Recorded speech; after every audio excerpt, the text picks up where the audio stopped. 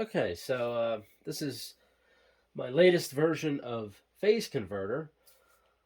Now, to start, before I get into any of this, you don't see an idler motor because I have it located in a remote location just so I don't have to hear it running. But there's this cord comes out of the bottom here, and that's what runs to the idler motor.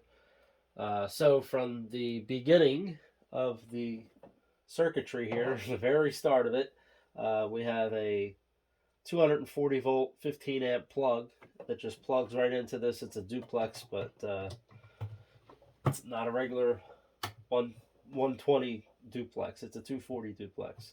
Um, so I turn the switch on that energizes the outlet, and this meter is telling me what the voltage is from the wall. And of course, there's no current right now because nothing is on. There's nothing running. Um, so when I turn this disconnect on, it energizes the unit and it can go from there. But inside of the disconnect box is just a couple of fuses, and I have a. This is for the current meter down here. Um, that's about all there is to there. Nothing really to show inside there. But the next box is where we start to. It's where the magic happens, I guess. Some of it, anyway.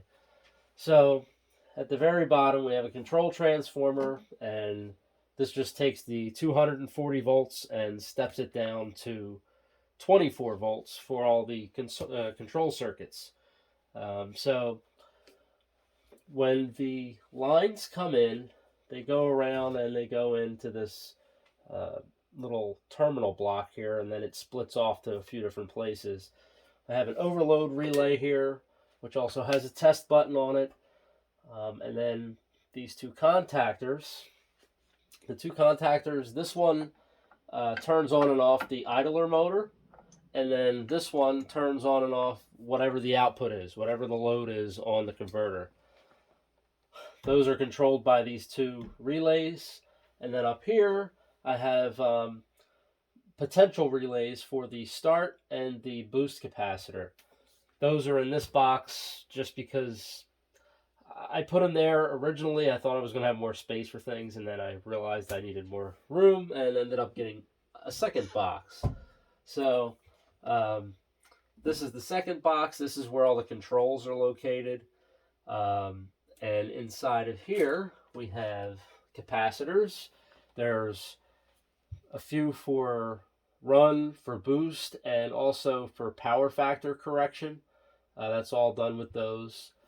There's the two contactors. The one is, I think the left one is for the start capacitor, the right one is for the boost capacitor. Um, that relay over there is used for some of the actual control switching that goes on to turn certain things on and off. Um, but yeah, that's about all there is to that. This wiring, there's a bunch of wiring here that kind of looks like a mess. A little embarrassed about that, but it's what I had at the time. Um, and these buttons, when I bought this panel, this stuff is all used from the surplus supplier, and it already came like that. So I figured, well, let me just keep that format and work with it.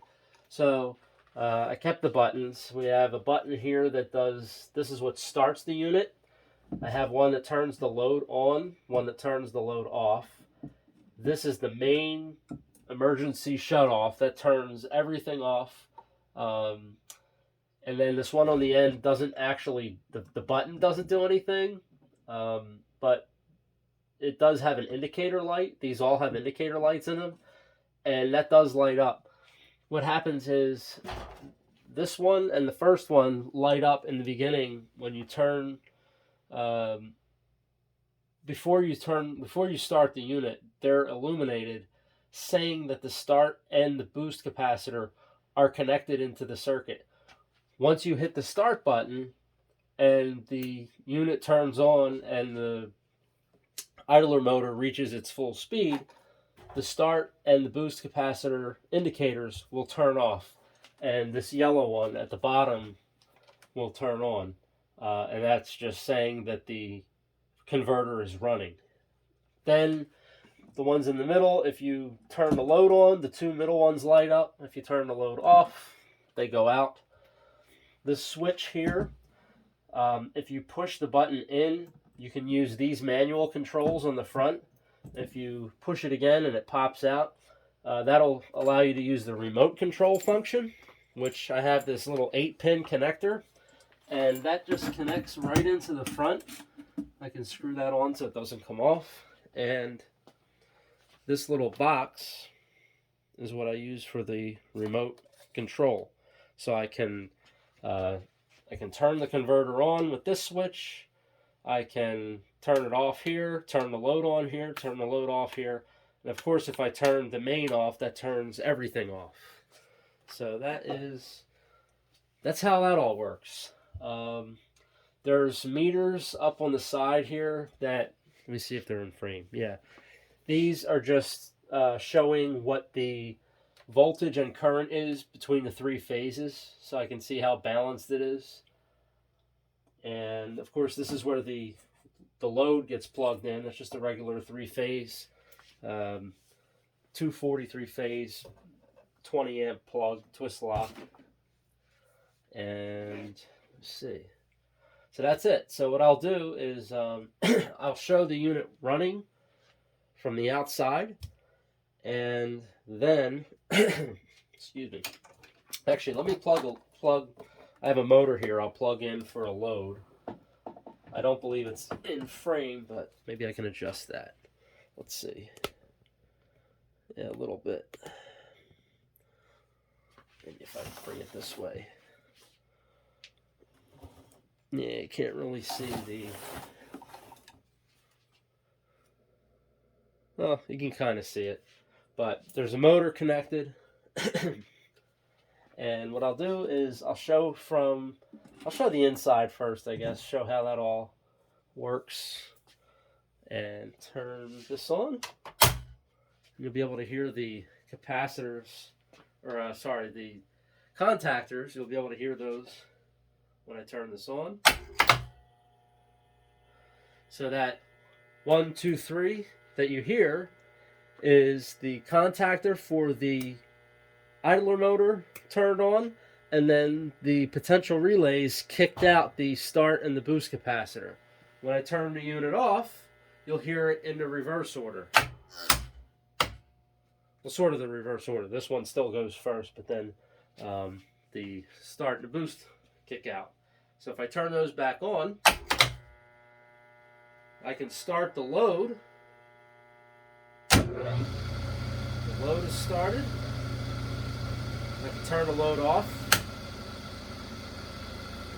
I can also turn it back on and turn off the main, which shuts off everything.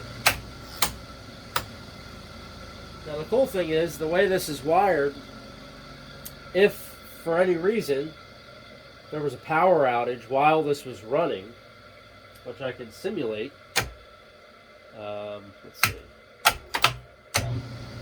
So now the unit's running. If I turn off the power to it, and then turn the power back on, the unit is off. It doesn't restart by itself. So that's because I have kind of a I have a latched relay circuit in here. So when there's no power supplied to it, it loses that latching effect, and everything goes back to its default, which is in the off position. So now, of course, I can restart it again. So now I'll show from the front how this all looks.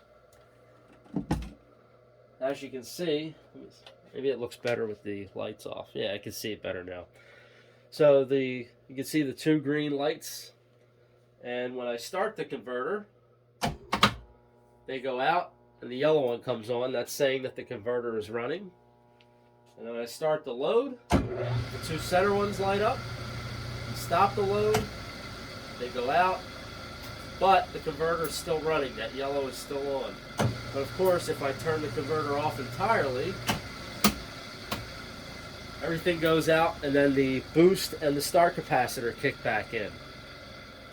Now, I'm not sure if you can read the current values, but with just the converter running, what are we drawing? We're drawing about 1 amp from the wall. Now it's a 2 horsepower motor that I have as an idler, so that gives you any idea of the size of it. It's not a particularly big phase converter, but 2 horsepower. And now, so we're drawing 1 amp right now. When I add on the load, we're now drawing 2.5 amps.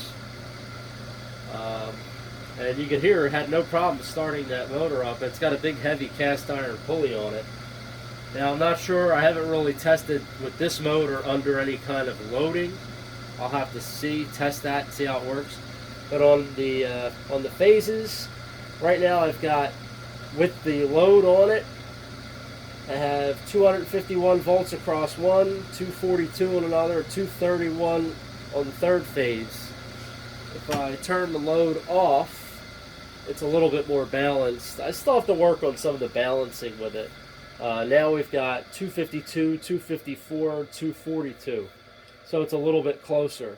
But the current, it shows the current, and it's interesting. The current between 2 of the phases is, or I should say through 2 of the phases, I guess. You got 2.2 amps and 2.4 amps. And then the third phase only has 0.7 amps. And I guess that's the generated phase from the idler motor. I'm not sure if that is normal for how rotary phase converters work, or if there's something that still just needs to be balanced. I'm sure there's still some work I need to do with this, but yeah, it seems to work pretty well. Now what I'll do is I'll put the camera on